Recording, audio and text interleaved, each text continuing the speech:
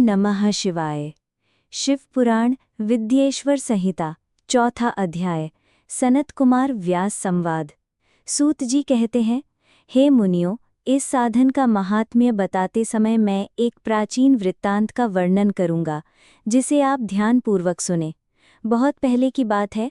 पराशर मुनि के पुत्र मेरे गुरु व्यास देव जी सरस्वती नदी के तट पर तपस्या कर रहे थे। एक दिन सूर्य के समान तेजस्वी विमान से यात्रा करते हुए भगवान सनत कुमार वहां आ पहुंचे।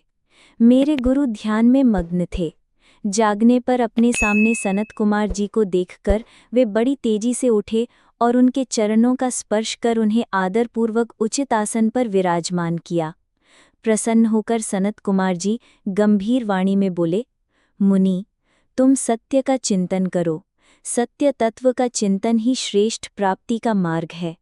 इसी से कल्याण का मार्ग प्रशस्त होता है। यही कल्याणकारी है। ये जब जीवन में आ जाता है तो सब कुछ सुंदर हो जाता है। सत्य का अर्थ है सदैव रहने वाला। इस पर काल का कोई प्रभाव नहीं पड़ता। ये सदा एक समान रहता है। सनत कुमार जी ने महर्षि व्यास को आगे समझाते हुए कहा, महर्षि, सत्य पदार्थ भगवान शिव ही हैं। भगवान शंकर का श्रवण, कीर्तन और मनन ही उन्हें प्राप्त करने के सर्वश्रेष्ठ साधन हैं।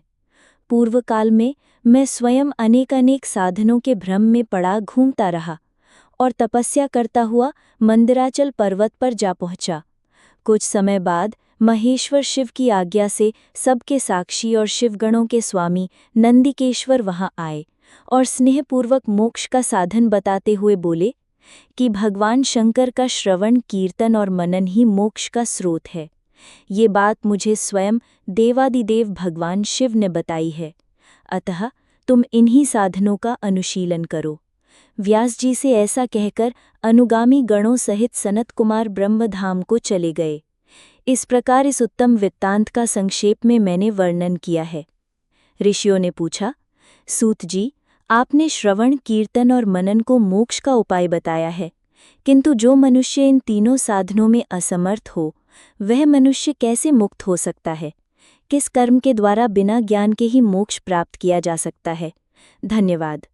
अगर आपको ये कथा भावपूर्ण लगी हो तो कृपया इसे शेयर करें और हमारे चैनल ऋतु की कहानियाँ को सब्सक्राइब करना न भूलें। शिव पुराण की अन्य कथाओं के लिए जुड़े रहिए। हर हर महादेव।